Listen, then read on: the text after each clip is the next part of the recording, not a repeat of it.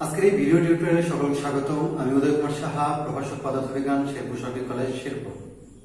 আমি তাপগতিবিদ্যা নিয়ে ধারাবাহিকভাবে আলোচনা করছিলাম।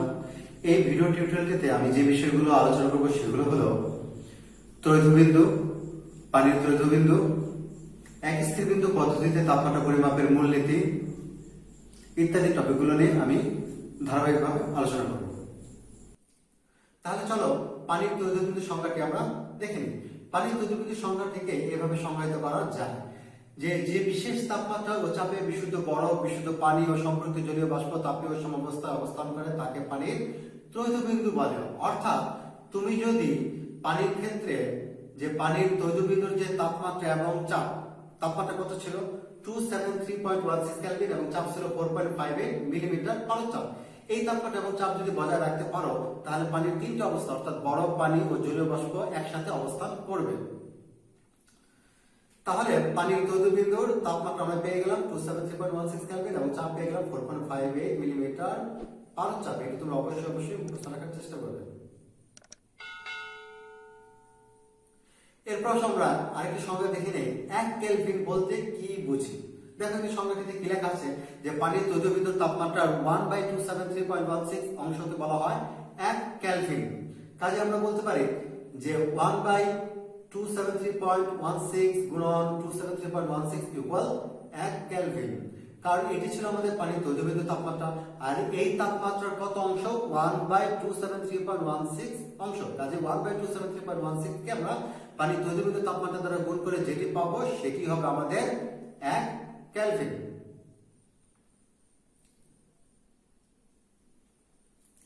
এরপর আমরা যে টপিকটি নিয়ে আলোচনা করব সেটি হলো এক স্থির বিন্দু পদ্ধতিতে তাপমাত্রা পরিমাপের মূলনীতি। প্রিভিয়াস ভিডিওটিতে আমি দুই স্থির বিন্দু পদ্ধতিতে তাপমাত্রা পরিমাপের মূলনীতি দেখিয়েছিলাম। আজকে আমরা এই ভিডিওটিতে আলোচনা করব এক স্থির বিন্দু পদ্ধতিতে তাপমাত্রা পরিমাপের মূলনীতি। আমাদের দুই স্থির বিন্দু পদ্ধতিতে তাপমাত্রা পরিমাপের মূলনীতির জন্য স্থির বিন্দু ছিল দুটো। কি কি স্থির বিন্দু ছিল? একটি হলো পানির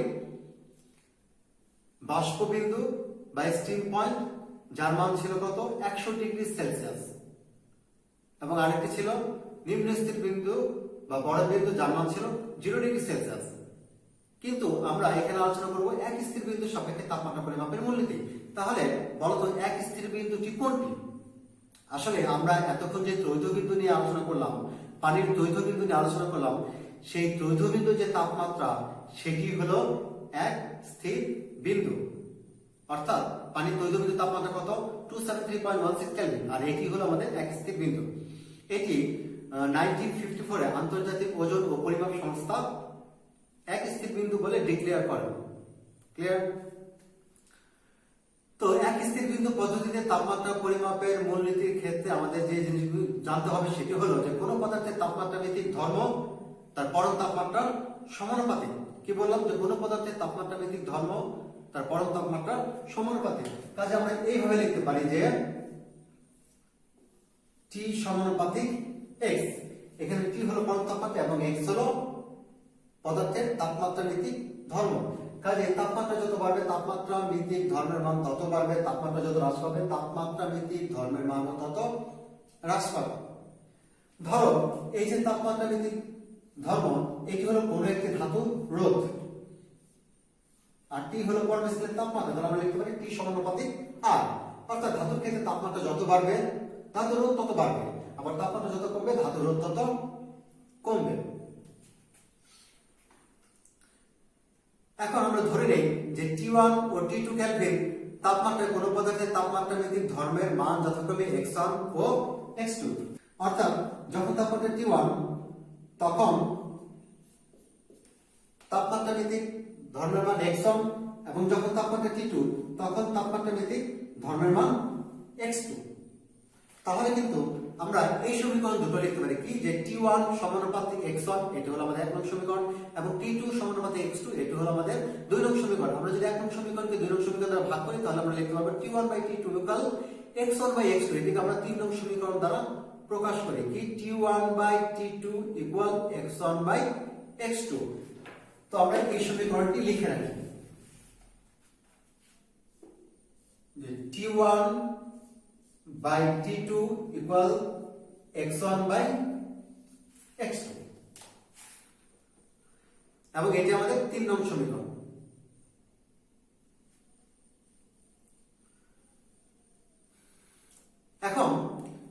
ধরে নিই এই যে তাপমাত্রা T1, কোন পদার্থের তাপমাত্রা T1 এটি সমান T, এই যে আমাদের নির্ণয় তাপমাত্রা, এবং T2 TTR ইকুয়াল টু পানির তৈলবিন্দু তাপমাত্রা, অর্থাৎ T সাফিক্স TR এই তাপমাত্রাটিকে আমরা ধরেছি পানির তৈলবিন্দুর তাপমাত্রা। এখানে T সাফিক্স TTR, এই TTR তে পানির ট্রিপল পয়েন্ট বোঝাচ্ছে, তার মানে এই তাপমাত্রাটি হলো আমাদের পানির তৈলবিন্দুর তাপমাত্রা।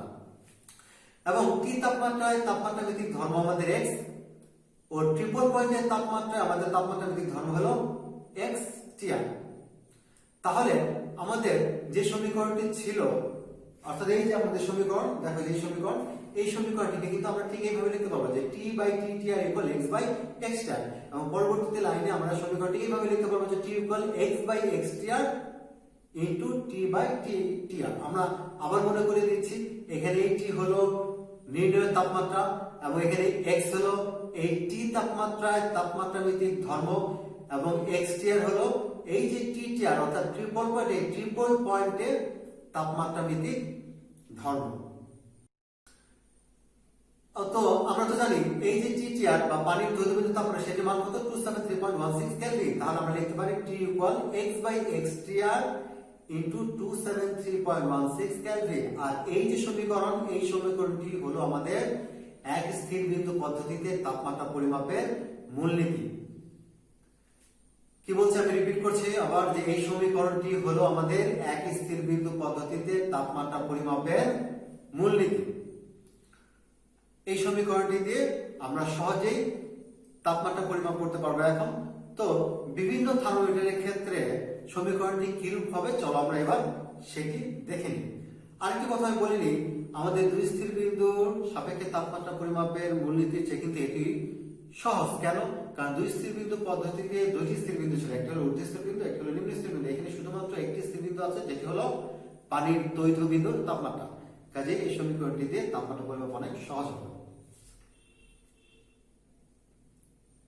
এখন আসো বিভিন্ন থার্মোমিটারের জন্য এক স্থির বিন্দু পদ্ধতিতে তাপমাত্রা পরিমাপের মূলনীতি। তো প্রথমে আমরা দেখব পারদ স্তম্ভের উচ্চতার ক্ষেত্রে। তো পারদ স্তম্ভের উচ্চতার ক্ষেত্রে ফর্মুলাটিকে লেখা যায় এইভাবে যে T equal L/LTR into 273.16 kelvin, যেখানে এই যে L এটি হলো পারদ স্তম্ভের উচ্চতা। কোন তাপমাত্রায়? এই যে পরিমাপ যোগ্য যে তাপমাত্রা, সেই তাপমাত্রায় তাপমাত্রিক ধর্ম হলো L। এবং LTR কি? LTR হলো এটি একটি পারদ স্তম্ভের উচ্চতা। সেটি কোন তাপমাত্রা? সেটি হলো এই যে পানির তৈলবিন্দু যে তাপমাত্রা আছে, সেই তাপমাত্রায় পারদ স্তম্ভের উচ্চতা। স্থির চাপে গ্যাস থার্মোমিটারের ক্ষেত্রে, স্থির চাপে গ্যাস থার্মোমিটারের ক্ষেত্রে আমরা জানি যে তাপমাত্রা ভিত্তিক ধর্ম হলো গ্যাসের আয়তন। কাজে তখন সমীকরণটিকে লেখা যাবে গ্যাসের আয়তন দিয়ে এইভাবে যে T equal V/VTR into 273.16 kelvin. তাহলে এখানে V কি? এই V হলো এই যে আমাদের T তাপমাত্রা যেটি পরিমাপ করতে হবে, সেই তাপমাত্রায় গ্যাসের আয়তন, এবং VTR হলো এই তৈলবিন্দু তাপমাত্রায় গ্যাসের আয়তন। এরপর আসো স্থির আয়তনে গ্যাস থার্মোমিটারের ক্ষেত্রে। স্থির আয়তনে গ্যাস থার্মোমিটারের ক্ষেত্রে তাপমাত্রা ভিত্তিক ধর্ম হলো গ্যাসের চাপ। কাজে সমীকরণটিকে আমাদের এবার P দিয়ে লিখতে হবে। কাজে সমীকরণটা হবে T equal P/PTR into 273.16 kelvin, যেখানে P হলো নির্ণয় তাপমাত্রা T, এই তাপমাত্রায় গ্যাসের চাপ, এবং PTR হলো পানির তৈল বিন্দুতে গ্যাসের চাপ। এরপর আসো রোদ থার্মোমিটারের ক্ষেত্রে, যেমন প্লাটিনাম রোদ থার্মোমিটারের ক্ষেত্রে।